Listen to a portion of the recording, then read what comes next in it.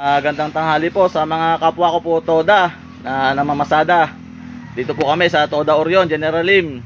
Yung kasama po namin ay hinuli ng Marshal Balanga sa National sa Roman Super Highway doon sa may crossing. Ang violation ay no sticker daw. Bawal daw yung walang sticker ng Balanga. Ronda kasi sa amin, nakakapasok kami ng Balanga, may mga sticker lang. National road ho yun, highway. Kung saan ho dadaan to? Galing hong Abukay. Pauwi ho sa amin, narang ng Marshal. Tapos ito, tinikitan ho.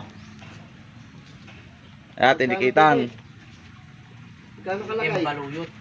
Tinikitan po. 2,000 po ang presyo.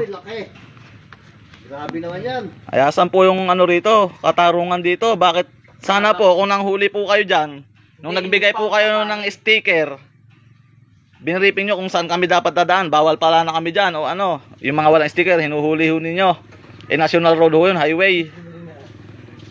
Isa pa, inimpound. At isa pa, inimpound po yung tricycle. May lisensya, kompleto yung... Ayan, ito po, inimpound po yung tricycle ng kasamahan namin. Inimpound, kompleto po. May lisensya, nakarehistro ko. Ang pinupuntos lang ho, walang sticker. Highway po yun. Galing pong Abukay yung kasama namin driver.